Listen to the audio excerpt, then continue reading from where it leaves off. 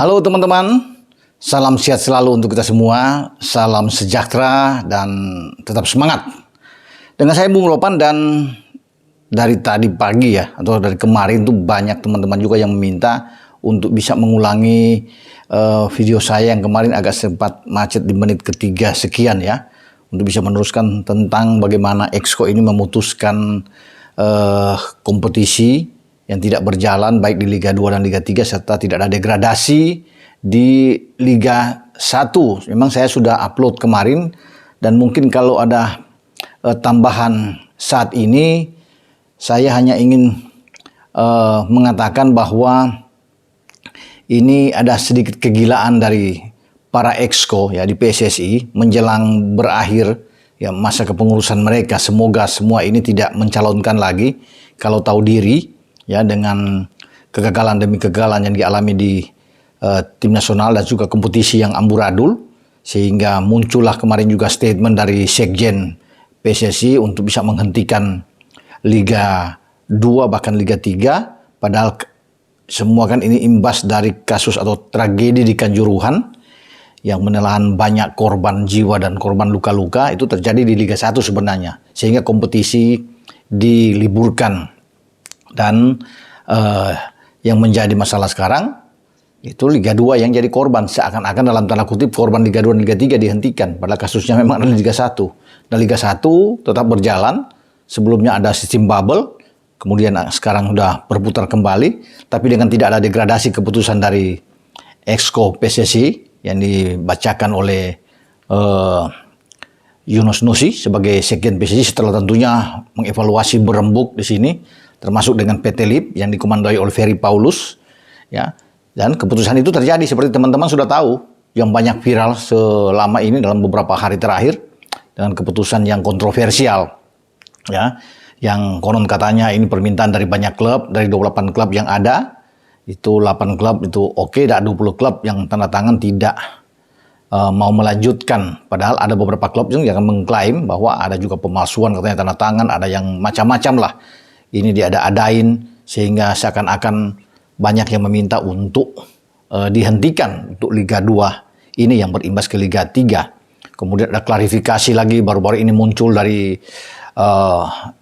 Direktur Utama ya tentunya dari PT LIP Ferry Paulus, yang mengatakan bahwa sebenarnya mereka sudah menyurat sejak 20 Desember yang lalu yang ditujukan kepada Muhammad Iriawan atau Iwan Bule sebagai Ketua Umum PSSI, yang meminta pertandingan ini apakah dilanjutkan atau tidak ya, atau dengan sistem bubble, dan mungkin tidak ada respons, sehingga Ferry Paulus mengatakan bahwa mereka sudah menyurat bahwa untuk melanjutkan liga. Padahal sebenarnya kalau saya lihat ini PT LIP itu nggak punya uang ya untuk meneruskan ini, apalagi dengan sistem bubble seperti juga yang diungkapkan dalam surat Ferry. Mereka mencari uang di mana, dan mungkin banyak utang ya yang terjadi saat ini, dan karena tidak ada biaya dana ini untuk menyelenggarakan kompetisi ini berlanjut yang tadinya akan dijanjikan pada bulan Desember yang lalu, kemudian juga ditunda ke Januari dan akhirnya tidak jadi. Nah, beberapa klub di Liga 2 tentunya sudah mempersiapkan diri dengan baik, karena kan untuk pertandingan baru berlangsung 5-7 pertandingan kalau nggak salah sejak Agustus tahun lalu, agak terhenti dan ingin diulangi ya, karena dengan janji di Desember kemudian diulangi lagi janji di Januari tidak juga. Akhirnya inilah kontroversi yang terjadi. Semua tidak jadi jelas. Makanya dalam video saya kemarin ini terjadi di negeri Wakanda, yang tidak tahu gimana ini kompetisi yang tidak diadakan. Kemudian di Liga 1 juga tidak ada sistem degradasi, sehingga membuat tim-tim yang ada di bawah yang sudah posisi terancam untuk degradasi ini tenang-tenang aja. Karena tidak ada sistem degradasi sini, promosi, apalagi promosi sudah dihentikan di Liga 2 ini, tidak ada promosi untuk naik. Dan sekarang sedang berjuang ada beberapa tim di papan atas untuk bisa menjadi juara. Saya pikir dengan dihentikannya Liga 2 dan Liga 3 nggak usah dilanjutkan aja. Menurut saya Liga 1 untuk apa? Kasih aja siapa di posisi atas. PSM Makassar, PSM aja ditunjuk sebagai juara. Istirahat, konsentrasi semua di KLB untuk memilih ketua umum baru dan semua perangkat sampai di Exco itu semua baru ya. Ini menjadi harapan banyak orang ya. Kalau lagi yang Exco lama ini tidak mau mundur, masih keenakan duduk ya, dan ingin mencalonkan lagi ya, ini sudah, itu saya bilang tadi, nggak tahu diri sebenarnya. Mestinya lepas aja Ya, untuk tidak lagi mau mengajukan diri itu lebih bagus ya. Itu lebih kesatria kalau mengumumkan bahwa kami tidak bersedia lagi untuk dipilih, apalagi untuk mencalonkan diri tidak ada. Memberi kesempatan kepada yang lain, istirahat aja dulu. Ya, ini kan jauh lebih bagus sebenarnya. Seperti yang diungkapkan katanya ini konon kepada Wakil Ketua Iwan Budianto. Yang mengatakan bahwa dia tidak lagi akan mencalonkan diri dan tidak bersedia untuk dipilih. Ini bagus. Semoga apa pernyataan ini yang muncul ya di situs PSSI itu bisa benar adanya dan Iwan bisa melakukan hal yang terbaik, akan menjadi contoh bagi yang lain-lain. Ketika Iwan melakukan itu juga ada Pak Yoyo Sukawi. Ya, ini CEO dari PSIS Semarang mengatakan bahwa dia tidak akan maju lagi ya sebagai exco. Nah, ini bagus. Luar biasa Pak Yoyo, dan juga kalau Iwan bisa membuktikan itu, IB ini oke. Nah, yang lain-lain ini yang harus diikuti, termasuk dari Sekjen. Tidak usah mencalonkan diri lagi untuk apa. Ya, mau cari di situ sudah cukup lah kan, sudah banyak duit mungkin dapat dari sana. Ya, dan juga exco-exco lain harus bisa melihat ini ya, mundurlah menurut saya. Ya, jadi nggak usah diperpanjang lagi untuk mencalonkan diri lagi menjadi exco untuk periode berikut. Ya. Dan ini sebagai pertanggungjawaban aja ya untuk bisa melihat. Nah, yang paling menarik juga terjadi bahwa STY sebagai pelatih, ya ini saya memang sengaja mengambil gambar dia, pelatih asal Korea ini konon dalam isu itu akan dipecat. Ya, ada beberapa exco sudah mengatakan, apalagi yang berinisial JR, ya sudah berinisial bahwa mundurlah.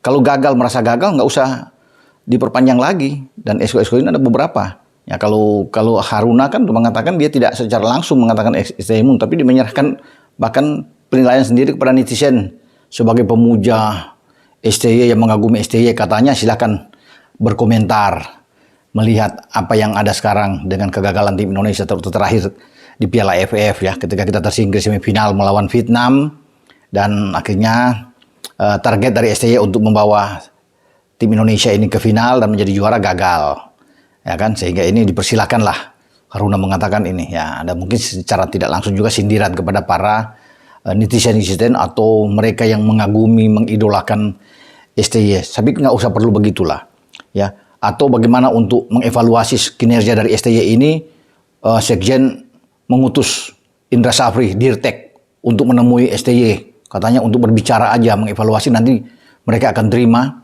masukan laporan dari Indra Safri untuk kemudian diambil suatu kesimpulan nantinya. Apakah STY ini lanjut atau diberhentikan, ada pemecatan. Tapi saya pikir ada beberapa exco yang sudah memang muak dengan STY. Tidak sejalan mungkin dengan STY ya.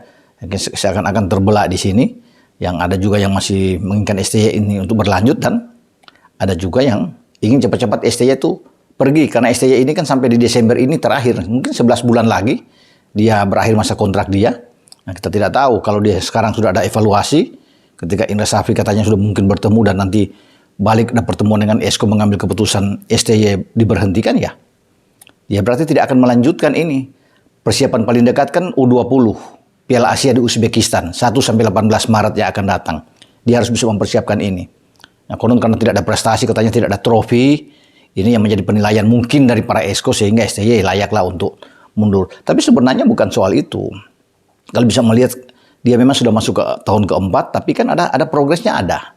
Ya, prestasi lain apa yang bisa bukan? Yaitu peningkatan dari segi peringkat. Ketika dia masuk di 170 dan sekarang di 151 kalau nggak salah. Jadi kan bagus dari 170 ke 151. Oke lah. Kemudian dia bisa membawa tim ini lolos ke Uzbek kan, U20. Ya, ini sulit, tapi STY bisa melakukan itu. Pada 2023, dia juga membawa tim senior lolos di Piala Asia. Ya, di antara nanti Juni-Juli akan datang, tim senior kita bertanding di Piala Asia. Ini kan oke lah, dia bisa meloloskan tim ke putaran final Piala Asia sambil fokus mungkin di U20 Piala Dunia. Itu. Tapi kalau dia sudah diberhentikan oleh Exco, dia sudah pasti ya, dia harus keluar. Nah, sebenarnya paling enak nggak perlu seakan-akan mencuci tangan, mengirim orang seperti Indra Safri ini untuk menemui dengan STY. Kalau sudah tidak mau, tidak bagus, federasi yang memutuskan. Exco ini dan Pak Ketua Umum mungkin duduk bersama, panggil STY dan mengatakan bahwa Anda cuma sampai di sini, tidak berlanjut setelah bla bla bla bla pemaparan itu dilakukan. Gak ada masalah kan? Ini panggil aja Sehingga federasi yang mengumumkan. Nggak usah ada petak umpet di sini istilahnya, mengirim orang nanti ada bicara lagi, kemudian ada evaluasi lagi setelah mendapat info. Sebenarnya panggil aja, fair aja untuk bicara bahwa Anda diberhentikan dengan alasan ini, kan lebih bagus, lebih gentle lah para exco ini untuk bisa melakukan ini kalau ingin memberhentikan STY, ya, atau Anda kami berikan kesempatan lagi sampai di bulan Maret di Piala Asia U20 di Uzbek, ya bisa aja.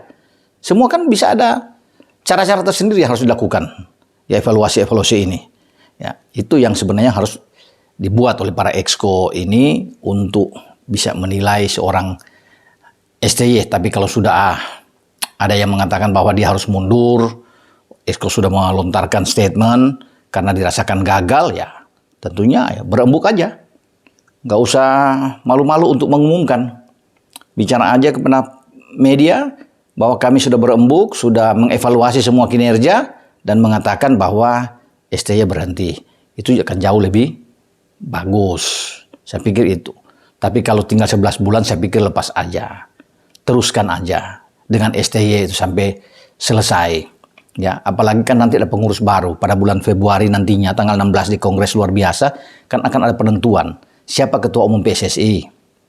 Ya, di situ. Jadi kemudian akan susunlah perangkat-perangkat wakil ketua umum, sekjennya, para exco-nya, sehingga akan menilai juga nasib dari STY ke depan. Apakah dia akan dilanjutkan atau tidak, semua dari gerbong baru, dari kepengurusan baru di PSSI. Nah, yang menurut saya yang bisa saya katakan di sini bahwa para exco yang saat ini ada sesuai dengan mandat yang ada harus legowo lah. Tidak perlu untuk maju lagi, menurut saya. Ya, memberikan kesempatan aja. Tapi bisa aja ya mereka ada 1-2 orang yang masih ngebet, bahkan mungkin lebih untuk bisa duduk karena sudah mungkin keenakan duduk di kursi exco sehingga masih ingin bertahan. Nah, kita lihat aja nanti ya ke depan siapa orang-orang ini yang masih ingin bertahan duduk di kepengurusan PSSI. Oke, sampai di sini dengan saya, Bung Ropan. Ciao.